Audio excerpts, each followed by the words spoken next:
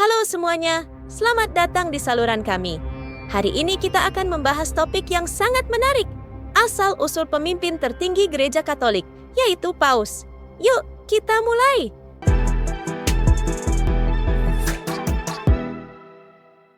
Paus adalah pemimpin spiritual Gereja Katolik Roma yang memiliki kekuasaan besar dalam dunia Katolik. Namun tahukah Anda dari mana asal-usul jabatan ini? Mari kita telusuri sejarahnya. Paus, sebagai pemimpin Gereja Katolik, memiliki akar yang sangat dalam dalam sejarah Kristen.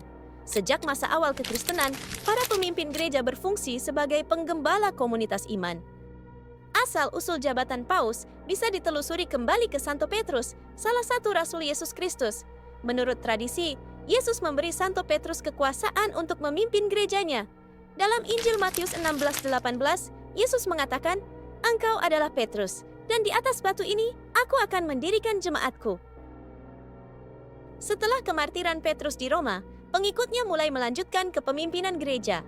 Pada abad kedua dan ketiga, posisi pemimpin gereja di Roma semakin diperkuat dan mulai dikenal sebagai Paus, yang berasal dari kata Latin Papa, berarti ayah. Setelah kematian Yesus, Santo Petrus menjadi pemimpin gereja di Roma. Dia dianggap sebagai bapa gereja pertama dan menjadi martir di sana. Pada abad pertama Masehi, komunitas Kristen mulai tumbuh dan posisi Santo Petrus sebagai pemimpin spiritual semakin diakui. Seiring dengan perkembangan gereja, jabatan pemimpin mulai terstruktur.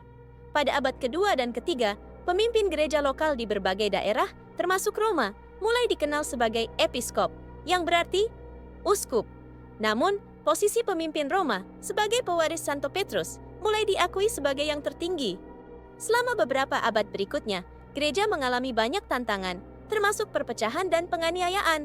Namun, pada abad keempat, dengan legalisasi Kristen di bawah Kaisar Konstantinus, gereja mulai mendapatkan pengakuan resmi.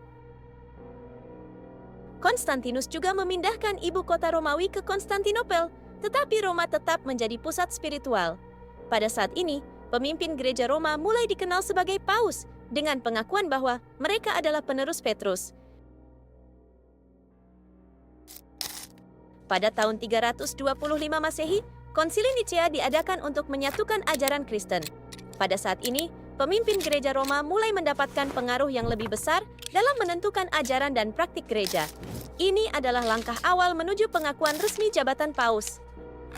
Selama abad pertengahan, kekuasaan Paus mencapai puncaknya. Paus menjadi tidak hanya pemimpin spiritual, tetapi juga kekuatan politik yang signifikan.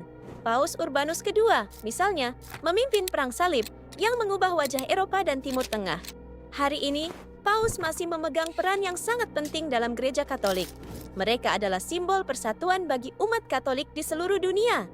Paus saat ini, Fransiskus, dikenal karena pendekatan pastoralnya yang inklusif dan perhatian terhadap isu-isu sosial. Paus Fransiskus, yang terpilih pada tahun 2013, adalah contoh nyata dari misi Paus modern. Dia menekankan pentingnya kasih sayang, keadilan sosial, dan lingkungan, menjadikannya pemimpin yang relevan untuk tantangan zaman kita. Selama abad pertengahan, kekuasaan Paus semakin meningkat. Paus tidak hanya menjadi pemimpin spiritual, tetapi juga memiliki pengaruh politik yang signifikan. Paus-paus seperti Gregorius Agung dan Leo Agung memainkan peran penting dalam membentuk teologi dan kebijakan gereja. Pemilihan paus juga mengalami evolusi. Awalnya, pemimpin gereja dipilih oleh masyarakat, namun seiring waktu, proses pemilihan menjadi lebih terstruktur. Pada abad ke-11, pemilihan paus mulai dilakukan oleh kardinal, yang merupakan anggota tinggi gereja. Hari ini, Paus dipilih oleh konklav kardinal setelah kematian atau pengunduran diri paus sebelumnya. Pemimpin gereja Katolik ini bukan hanya berfungsi sebagai pemimpin spiritual, tetapi juga sebagai simbol persatuan dan moral bagi umat Katolik di seluruh dunia. Dengan lebih dari 1,3 miliar pengikut di seluruh dunia, peran Paus sebagai pemimpin spiritual, diplomat, dan simbol perdamaian sangatlah krusial. Dalam menghadapi tantangan global, Paus berusaha untuk menegaskan nilai-nilai kasih dan persatuan. Itulah sekilas tentang asal-usul Paus Katolik. Dari Petrus hingga Paus modern, perjalanan ini mencerminkan evolusi iman dan kepemimpinan dalam sejarah. Jika Anda menikmati video ini, jangan lupa untuk like dan subscribe untuk konten menarik lainnya.